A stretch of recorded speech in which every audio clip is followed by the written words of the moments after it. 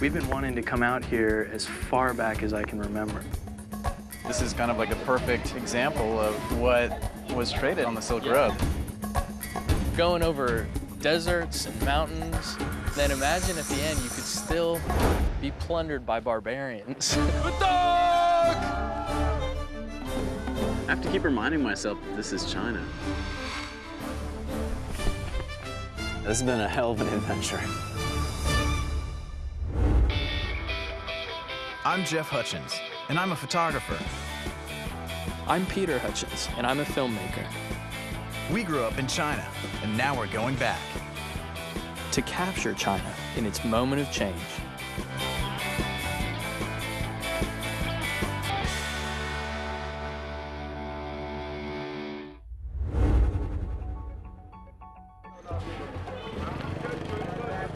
Check out all these spices over here. You can smell them, Yeah, actually. you really can.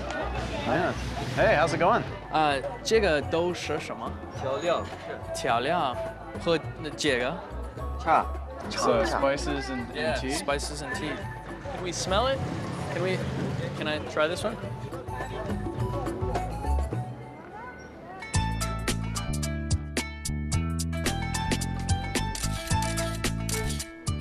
Pete and I are here on a mission. Like everyone else who passes through the ancient city of Kashgar, we're looking for a deal. It's the Muslim holy month of Ramadan, so everyone is out buying new outfits to look their best for the coming celebration. Now we just have to figure out what we're looking for.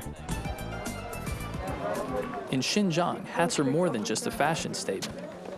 They're a reflection of Muslim culture, which surprisingly is the main religion in this part of China. A man's forehead must touch the ground when he prays, and you can't do that with a brimmed hat. So they design all kinds of hats without brims or visors, and this market is full of them. Hello! The irresistibly cute kid as pitchman. Don't tell me this hasn't been happening for the last few thousand years, passed on from one generation to the next, and for good reason. It works. What's your name? Alem. 你现在做什么? Do you have hats? Hat. Okay. I think that is definitely. This is the new look for winter. Yeah. I feel like really rock star. Do you like it? Do you really like it? Different. Why are you laughing then? You look like kind of one of Donald Trump's wives or something. Okay. All right. Actually, if you put a little bit of gel in that, and then just kind of flared those out. I'm feeling it. Yeah. This feels so right. Should I wear it at a little bit of an angle, kind of off to the side, a little more attitude? Yeah. You know those monkeys, the Japanese monkeys? Like that have, yeah, the hot bath monkeys that have like the red skin and like the really crazy white fur. I totally look like a macaque monkey. I think we're gonna look a little bit more. This is one of the most isolated parts of China, the Xinjiang region. And Kashgar is one of its largest cities. I mean, this is a region that we have always wanted to go to ever since we were little. And, you know, we haven't been able to for one reason or another, whether it's because this area was kind of off limits to foreigners or just, I mean, it's far too, you know? Kashgar is just about as far west as you can get in China. And back in the old days of the Silk Road, merchants would breathe a sigh of relief when they rolled into town. The city provided a welcome respite from the heat of the desert. And Western traders traveling through the treacherous Pamir Mountains would know that their journey had been worth it when they finally reached Kashgar. Kashgar feels really different. It's not like any other part of China we've seen before. Yeah, no, I mean, you feel really far away. Yeah. And even like the faces and stuff feel far away. I know. Like I know. if you look around here, no two faces are alike, and you don't see anybody that looks even remotely Chinese. That's because these people are Uyghurs, more closely related to Turks than the Han Chinese, who make up over 90% of the country's population. If you look at a map, Kashgar is closer to Moscow and New Delhi than it is to Beijing. And it played an important role back in the days of the Silk Road, a central location next to one of the few mountain passes camel caravans could get through. The Silk Road began as a route into China around 300 BC and grew to span over 6,400 kilometers during the Roman Empire. And for the next few centuries, if the Chinese wanted to get their goods to markets in the Middle East and Europe, a good plan was to go through Kashgar. Or if Westerners wanted to bring their goods to China, this was a common route they took. And that's why we're here, to retrace some of the most ancient parts of the Silk Road, to get a sense of what it was like in the past, and what's in store for the future. With so many people coming and going through Kashgar for centuries, the city is a cultural melting pot. But with China's recent surge in modernization, we want to see which traditions are surviving, evolving, or disappearing entirely. One thing that hasn't changed is Kashgar as a commercial center. For those camel caravans heading through the mountains, this was the place to buy, sell, and trade. And a lot of money changed hands in the city's markets and bazaars. And it's no different today, especially with the fast-breaking festival after the end of Ramadan. This place is crawling with people, and I mean, you see like copper, and you see fruits and vegetables. Yeah, and well, it has a real kind of trading feel and stuff, it looks like. I can't tell who's buying and who's selling. And I can't tell who's going to hit me on their motor scooter either. Uh-oh, watch the bus.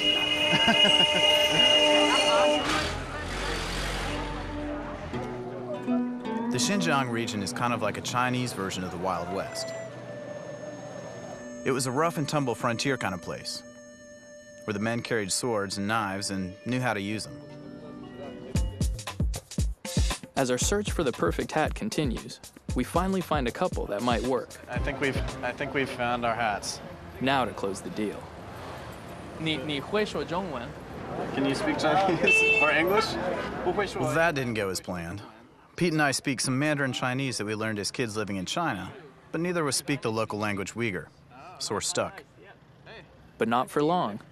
I speak English. Can I help you?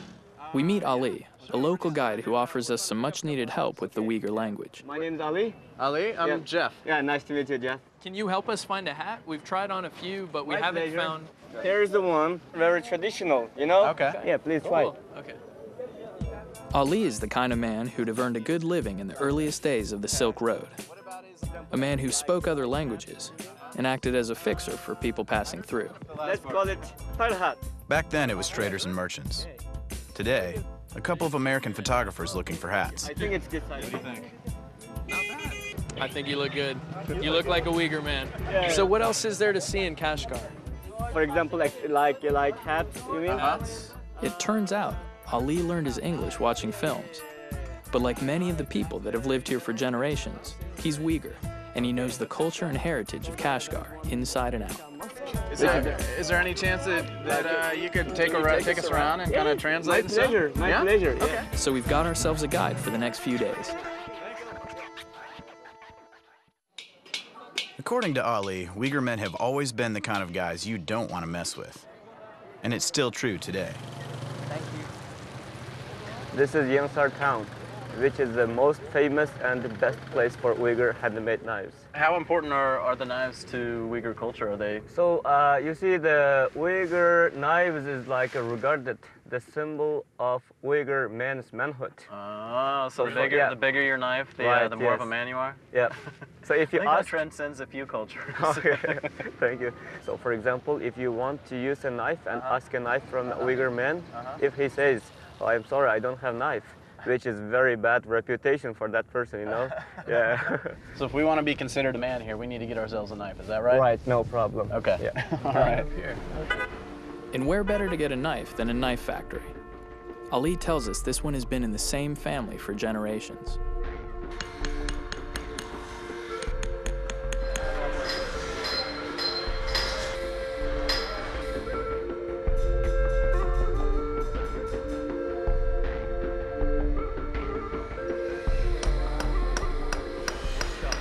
So this is where the magic happens, Ali? Oh, wow. Check out those sparks. That's awesome. We better step back a little bit. I already had my shower today. What is he doing? Sharpening the knife. How long does it take them to learn how to do this well? Bıçakni yasashni o'rganish qanchalik vaqt ketadi? 5 yil ketadi. 5 years. Well, can I give this a shot? You just try. Yeah, when in Rome. Okay, win in Kashgar. Can I try that? Can I borrow the specs? And these were the same kind that I was going to get from the optometrist anyways a couple weeks ago. Yeah. Oh, nice. Do I look the part? Either that or I could be Kim Jong-il. What do you think? A little bit bigger hair, a little more Courvoisier. Who knows? All right, so I just want to make sure that I don't sit directly on there. Is that right? That would be a little uncomfortable?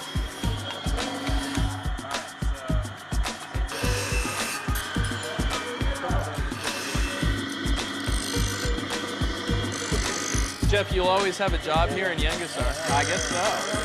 If this whole photography thing doesn't work out, then maybe this is the way to go.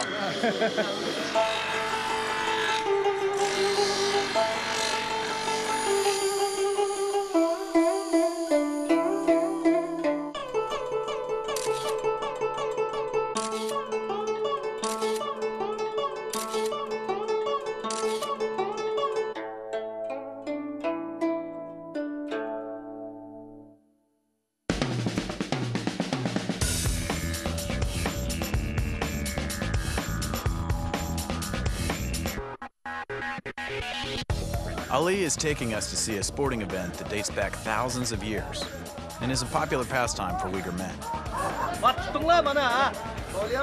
After months on the road, the caravan traders were eager for entertainment, and who knows, perhaps a little gambling on the side.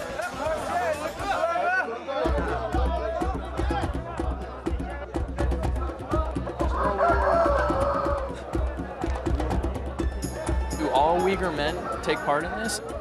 When we celebrate our a New Year festival.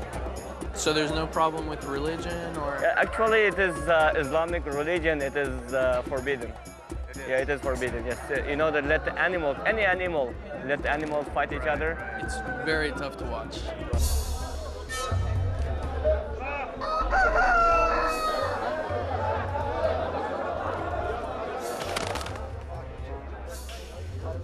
How do you know when one of the cocks wins? I mean, is it fighting to the death? For example, if the brown cock stops or run away, which means it lost. Call me sentimental, but there's something about watching two roosters rip each other to shreds that reminds me of the fights Pete and I had as kids.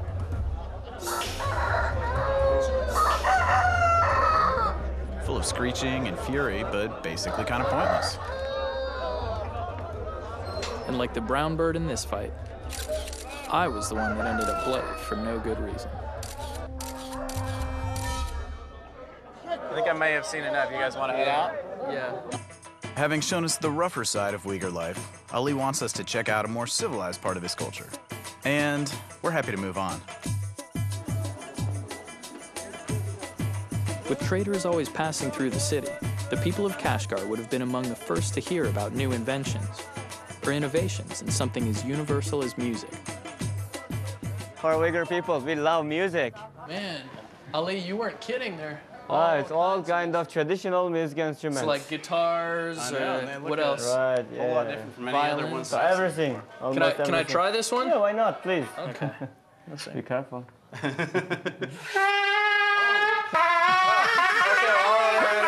Stop. Oh, jeez. I think you just killed a few small animals with that. You said I could try that. So where do you make these all? Oh, do you want to see the workshop? Okay, let's go together.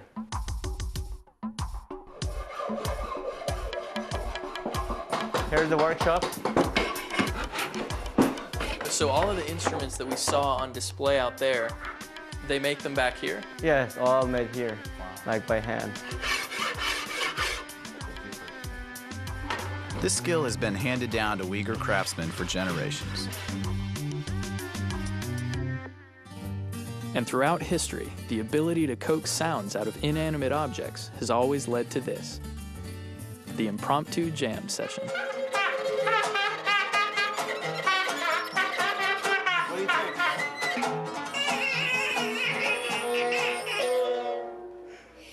Yeah, I thought that was what I was missing too. Yeah, it's just right up there.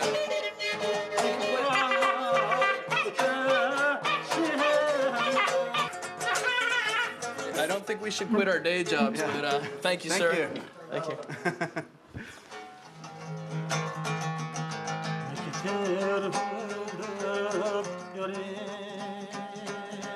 Ali has errands to run, so we're left on our own to find something to eat. And one of the great things about being in China is the variety of foods to choose from. After all, this is a country known since ancient times for noodles, a whole range of spices, and distilled alcohol. We find a restaurant that looks promising.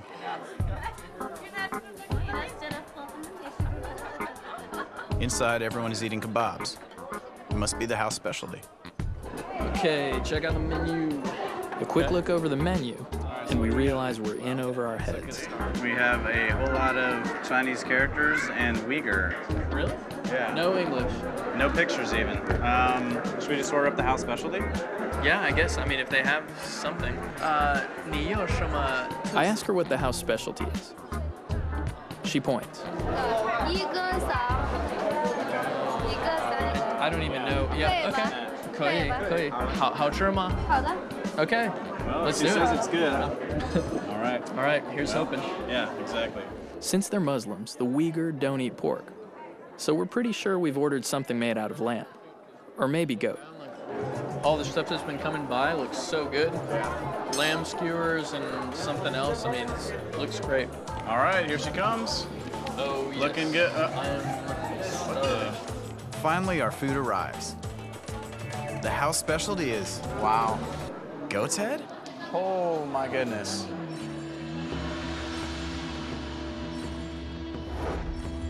We're on our way to meet the Kyrgyz people, who live in the Pamir Mountains, sometimes called the roof of the world. These mountains cross over the western edge of China, on the border of Tajikistan, and will be following pretty much the same path as the silk traders did centuries ago. This was probably one of the most difficult parts of the journey to the Middle East and on to Europe. A winding trail through snow-capped peaks, where avalanches and rock slides were par for the course. Ali, how many people would travel together in one caravan? In one caravan, about 10, 15, 20 caravans travel together, especially on this road. 50, 60, 100 people. Why would so many people travel together? Because on this road, especially on the pass, you know, the Konjila Pass, many bandits. Really? Are there any left today? Oh, no. At its full 6,400-kilometer length, a trip along the Silk Road could take traders months to complete. And a quick look at the landscape tells you why. You see those mountains off in the distance? Yeah. Ali, these red mountains are incredible out here. Yeah, so Kulin Mountain, you can see many different kind of color here. Is that where we're going out there? Yep, we went the other side of that mountain. That's Gungur Peak. Ali tells us there's no fresh fruit or vegetables where we're headed. So like ancient traders looking to ward off disease, we better stock up.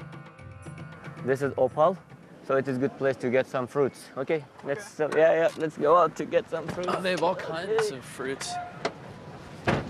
Asian pears, Okay, let's watermelon. see. Watermelon, sweet melon, apple, grapes. Okay. Many different kind of fruits. Oh, yeah, pomegranates. I love And pear, pomegranates. yeah.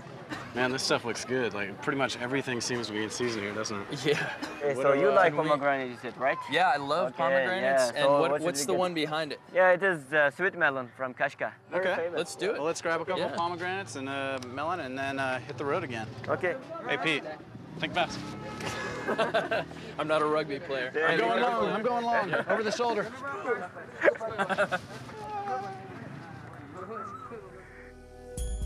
We still have a ways to go, but as we get closer to our destination, the majesty of the Pamir Mountains becomes evident. Some of these peaks are over 6,000 meters high. 4 hours later, we reach our destination, a small Kyrgyz settlement of yurts near Lake Karakul, where people have been living pretty much the same way for the last 1,000 years. Ooh, it's cold. Assalamu alaikum. Qanday ahvoldinglar? Yaxshimisiz. Havalar yaxshi, balchaqlar. I hope it's warmer in there. Thank you. Yurt, sweet yurt. Pete, I stayed in one of these in Mongolia. You're gonna love it. Oh, cool. Great. Oh, very cool. Okay. So it's all wool along the sides? So very traditional Kyrgyz yurt. Some of these guys have opted for concrete. Traditional yurts are made out of sheep and camel wool. The interiors are bigger than you'd expect. And I'm glad to see there's a stove. Yeah, where do you sleep, though? I don't see any beds. You pull the mats down from over there, Yeah, lay them on the ground, and, and you're out. On yeah. on this floor? Yeah, right.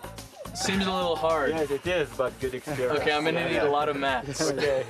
Well, let's get out. Let's bring everything in from the car. Okay, yeah, that's it. Yeah, this is gonna be nice. I think I can handle this. Yes, I think so. Thank you. When they hear that we're both photographers, they insist on taking us to a scenic location to photograph a skill they're well known for: horse riding. We weren't quite sure what they had in mind. Then all of a sudden, they're off, whooping and hollering.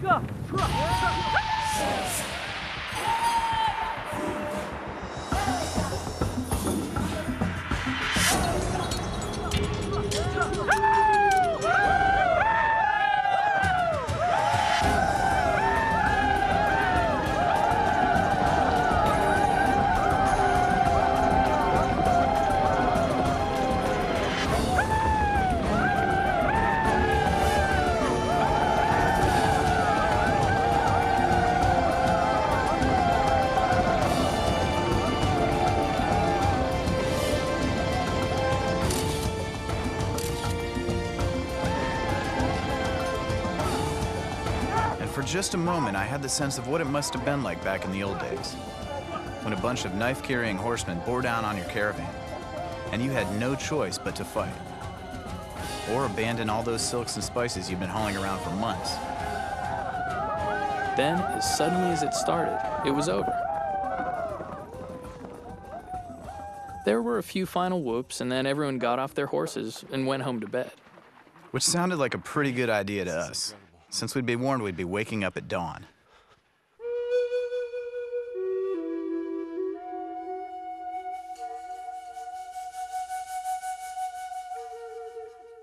How quickly the time flies when you're sleeping on a cold floor. And they were not kidding about this dawn thing. It's time to get up.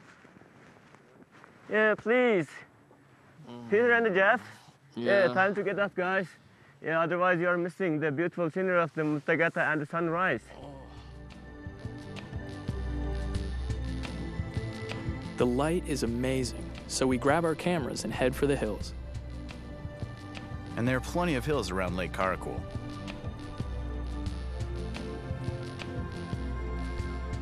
Thanks.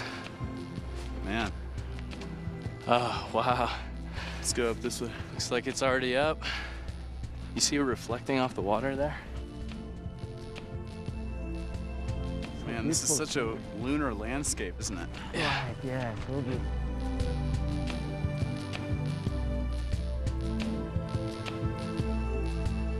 It was this rugged environment that shaped the culture of the Kyrgyz people, a nomadic group who relied on their animals, always looking for new scraps of pasture land for their goats, sheep, and horses.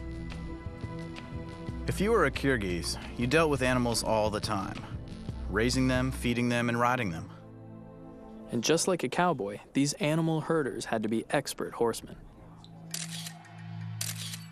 And just like our cowboys invented games for themselves, like bull riding and lassoing cows, the Kyrgyz play a goat game founded many centuries ago.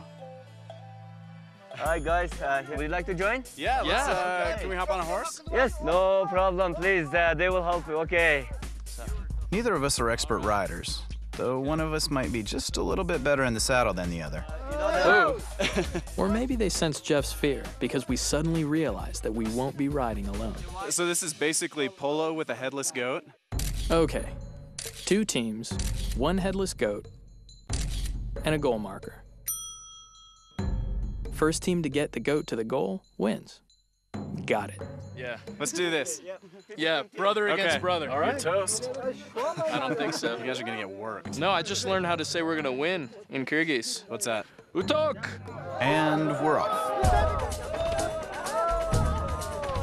Oh, here we come, here we come. Oh, he's got it between his legs. I hope he's on my team. You can see where this game is a great way to practice your skills as a horseman. Kyrgyz men get to see who's the strongest and most skilled rider. It's both a game and a centuries-old test of manhood. It looks like Team A is doing really well off the tracks. Go, Chua, get him. The score, 0-0, here at Pamir Stadium.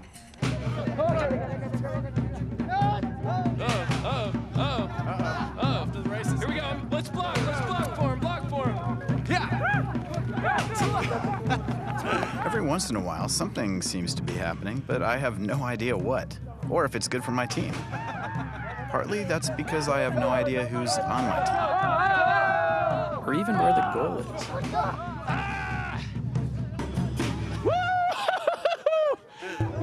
I'm not giving it up. Finally, probably out of pity, they let me and Pete grab a leg, and we start pulling on it. There's probably some super slick goat game move that I could use at this point, but since I don't know any, I just keep pulling on my little bit of goat leg. Come on! Never! This is for all the times you beat me up. Yeah! Woo! Woo! Utok! What just happened there? I think we won. This is the only place that I will ever play headless goat polo. Yeah, I'm not gonna, you can't just take it anywhere. I'm just wondering if I get the game ball when this is all over. Utok! Utok! Utok!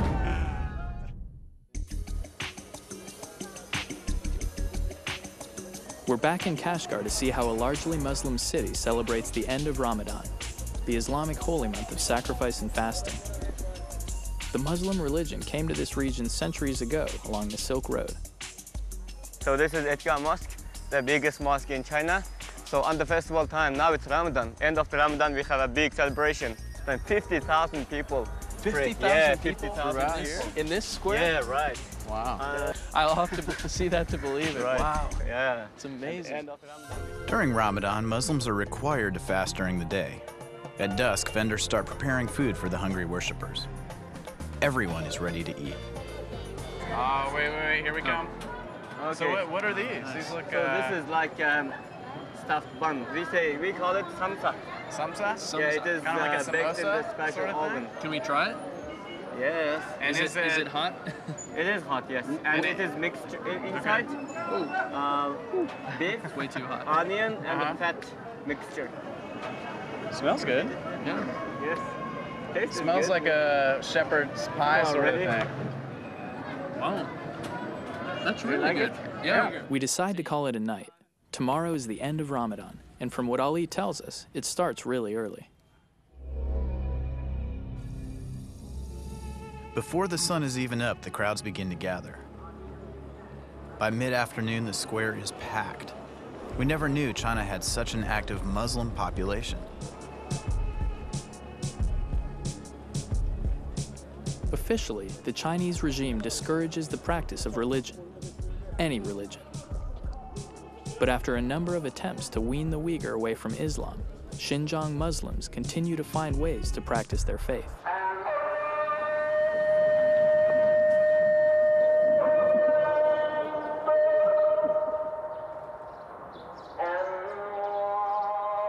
Today, many Chinese Muslims are pretty much free to practice the religion they acquired over 1,000 years ago.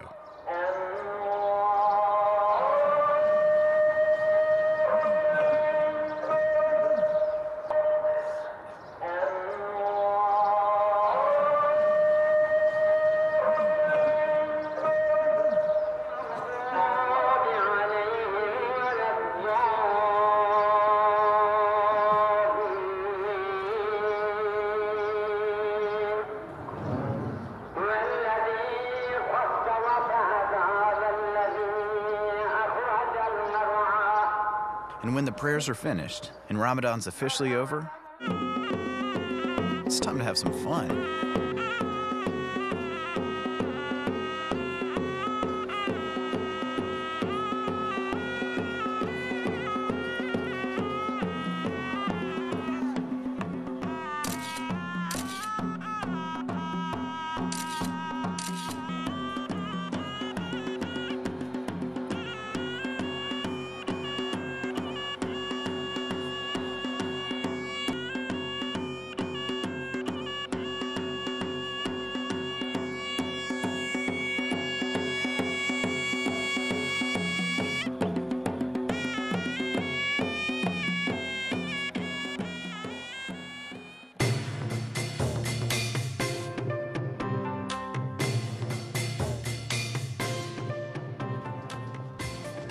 That night, we wandered through the streets of Kashgar, watching the city celebrate the end of Ramadan.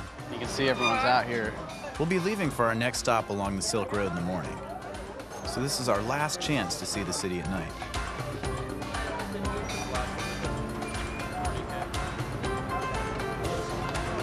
Near the center of town, we get our first reminder that we're still in China. The bright lights of a central square and a familiar face. Mao Zedong, the founder of Communist China, stands tall over the city. Muslims, in the shadow of Mao. Would he recognize modern China? We're on a highway, headed south towards the jade capital of China, the city of Hotan. It's a 500-kilometer trip, most of it on a single highway through the infamous Taklamakan Desert, near the Kunlun Mountains in western China. And you can see why camels would have been useful. This place is just barren. Sand, sand, and more sand.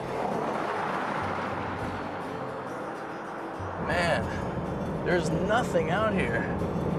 Just hope our Jeep doesn't break down. Along the way, we drop by to see an old friend of Ali's, a traditional falcon hunter. Hello. Looks like a serious bird. Hello. Right. The falcon is so still here. How do they train the falcon? They just carry like this for 10, 15, 20 days. Does his arm get tired? No. You got a big muscle right here, big bicep. Right, yeah, every day. So his arm also trained it very well. Right. Wow. Man. I don't think he likes me. Actually, when you think about it, hunting down a rabbit with a bow, an arrow, or a rock is probably a pretty time-consuming business. So if you can train a falcon to do it for you, why not? Is he looking around for something? Yeah, maybe the rabbit. Oh, go, go, go, rabbit, go, go, go!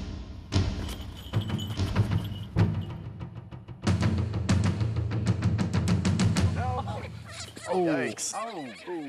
Oh, geez. Oh, I that did- scream. Yeah, That's- the crunch is the crunching sound. Oh, wow. Ooh, no wonder this glove is so bloody. Yeah. Falcon hunting once provided wild game to locals. Oh, there we go, there we go. Oh, wow. Then guns and traps came along.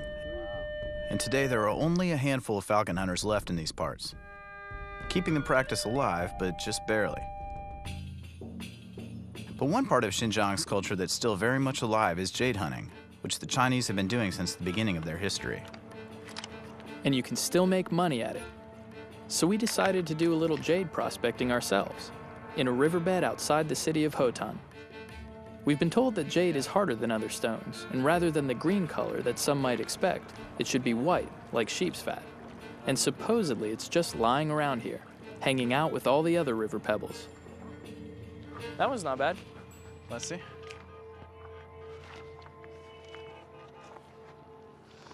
Maybe. I think if it sparkles too much, though, it's quartz. All the glitters is not jade. My tool broke. Yeah. Put it down. Try with your hands.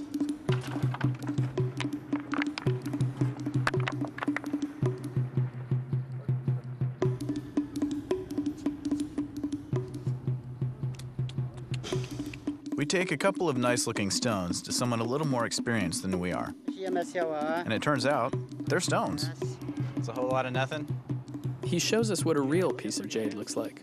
Oh, that's what we should be looking for. Oh, okay. I know. Tashimawa. Tashimawa. Tashimawa. Well, all right, Tashimawa, which means closer to the water, you moron. Why didn't you say so earlier? Hey, check this out. What is it? There's like 3 or 4 little white ones. Yes. We are in business. Okay, this one. No way. Do you think that could be I was jade? just kidding, but holy cow. Mine's nice and translucent. Yours is like white, like sheep fat. White as sheep fat, absolutely. That's the mark of good Hotan jade. Look at that. Yeah. And I have no idea if this is actually jade or not, but I think it's the best shot we've had all day. Yeah, let's hit the market. All right, let's do it. Oh, yeah. What are you going to do with your half of the million? Oh, man, I don't even know. I know first thing is I'm going to buy me a new hoe.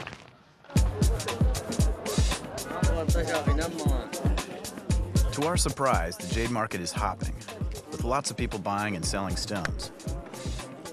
In ancient China, jade was considered more valuable than gold. Later on, emperors accepted raw jade from this area as a form of tax. Especially the precious white jade, like the ones we think we've just found. We've also been told that a piece of white jade the size of a quail's egg can be sold for thousands of American dollars. Excuse us. Coming through, we got some real jade here, folks. Real jade. I think I found a good piece of jade. It was shining. What is it? Wait, why is he laughing? Why is he laughing? Is he knocking? That's not what I mean. I don't want him to say. He said it's Nothing. Nothing. What should I do with it? The jade trader's answer is crushing. He tells us we brought him a couple of common river pebbles. You give this to that person with some money for service to throw out. We have to pay you to take the stone. Yeah, right. They're laughing. Okay. All right, we're out of here. We better go back to the river. Go back to the river. Following our misadventure in the jade trade, we decided to check out another source of wealth in the ancient world, textiles.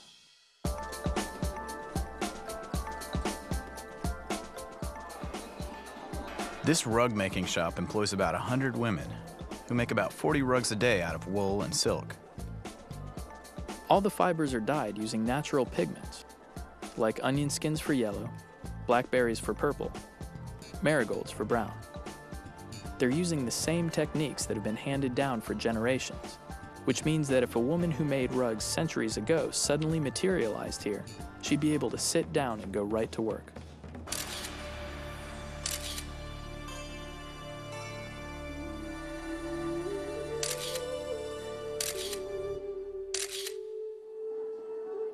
We'd love to buy a rug, but we're traveling light.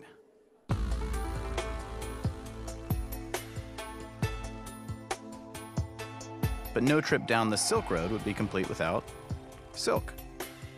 And Ali knows just where to look. What kind of stuff do they sell here? You can find everything except chicken milk on this market. That's great. Well, Pete, maybe we should get something for Mom while we're here. Yeah, that would be a good idea. So I recommend you to get some silk because Hotan is most famous place for silk on the Silk Road. There's so much to choose from, I hardly know where to start. Man, look how bright those are. Right. Yeah. Wow. Oh, those blues are nice. They really pop, don't they? Yeah. Check this one out. Okay, here we go. Ali? Yes? You have to try this on. Ollie, you look beautiful. You look absolutely breathtaking. I like that one. Yeah, I really that looks do. good. Can you ask her how much it is? Bravo, Nico. Is that good? 350, she said. All right, tell her 200. We can do 200, but we can't go higher than that. Okay, you get it for 200. All right, okay, good. While I'm sure that my mom will enjoy her scarf, it feels even more special to take a real part of the Silk Road with us, something traders have been doing for centuries.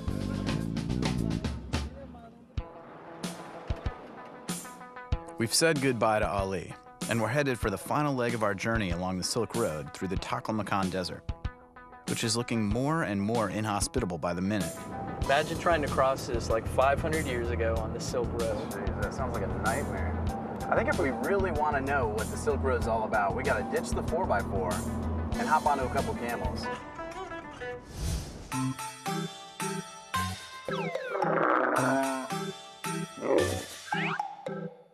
Ali said we'd see camels alongside the road, and he was right. Now it's time to hitch a ride. Oh, look at these guys. This is a motley crew.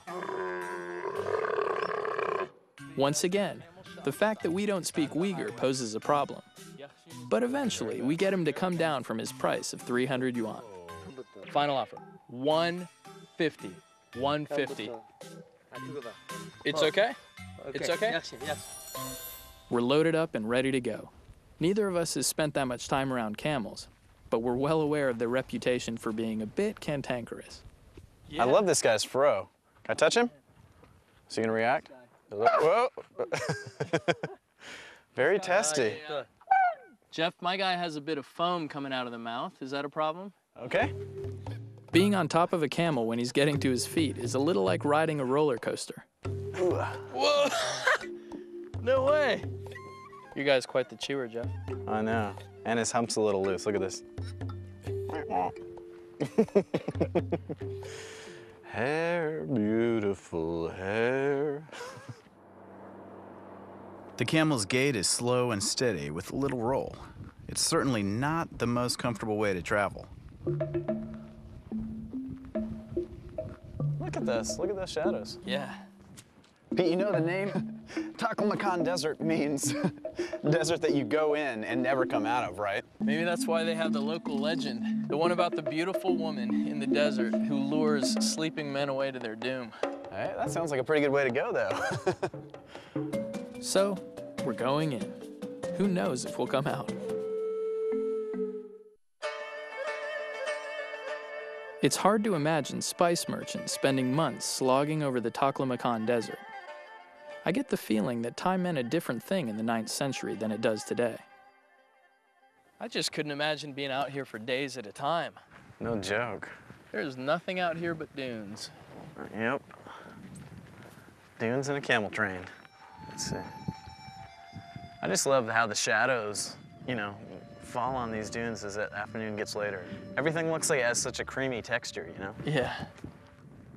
Yeah, I mean, if we were out here as part of a, you know, a trading caravan, how long do you think it would have taken to cross, you know, to come all the way from, you know, someplace in the Middle East out here? That would, I mean, it's just a mind-boggling amount of time. Months.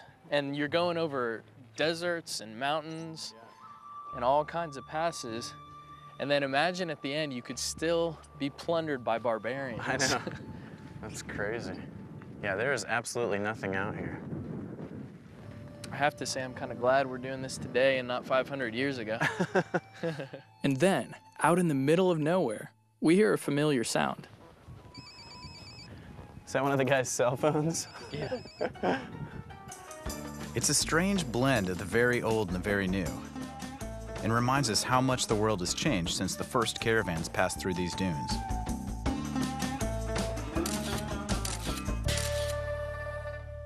As the shadows start to lengthen and the sun gets lower on the horizon, we get ready to call it a day. We find just the right place to set up camp.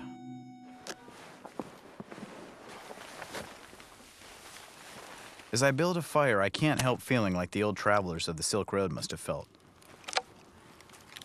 A little saddle sore, but struck by the incredible scenery around me. So we decide to break out the cameras. The sun's falling quickly, and there's no better time to shoot, especially when there's nothing except sand and shadows to see. Being in the desert must be a little like being at sea. Everywhere you look, you see the same thing. And even though I know we are just dozens of kilometers from the highway, the sense of being lost in a vast nothingness is pretty powerful.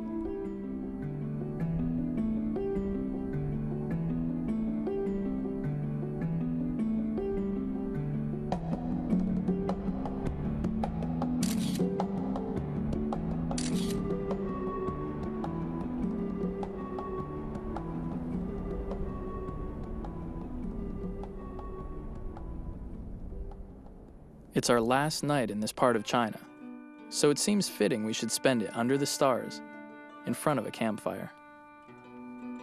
This has been cool, coming, you know, finally getting to come out here and seeing all of Xinjiang. It's great that we had, you know, we're able to come out here together.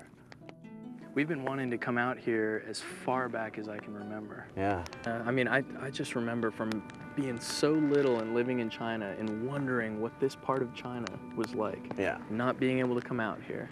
And finally, we've had a chance to see it. And the coolest thing was to see how much Islam, which came by way of the Silk Road, has just transformed this part of China. You know, to be honest, I've been pretty surprised to see how much influence of the Silk Road there still is in this area. You know, whether it's food, religion, or, you know, just people's faces. I think what really brought it home to me was at the mosque the other day for the prayer, you know, and just seeing 40 or 50,000 Uyghur Muslims praying there. Like, I couldn't believe that I was seeing that kind of religious display in China. That blew my mind. And that's a total holdover from, the Silk Road having come through here. And not only there, but when we went up into the mountains and saw the Kyrgyz nomads, and we stayed in the yurts, and we played the headless goat game, whatever that's called. I mean, no one's gonna believe that we threw around the body of a headless goat on horseback. I mean, you can't dream that stuff up. Yeah. And it's not Chinese, it came from another place. And it's left over from the Silk Road, which passed right through here. Yeah. I mean, you can really tell. I think the people in this area had to be so strong to survive. Yeah. And so they've got this very unique feel to them. And I hope it's not our last time. Yeah, this has been a hell of an adventure. So as we say goodbye to the Silk Road, I wonder what the ancient traders would think of things like cell phones, computers, and overnight shipping. Or what they would think of modern China and the incredible changes that are happening here. So much has changed, but still, so much is the same. And on this trip, we're getting to see it all.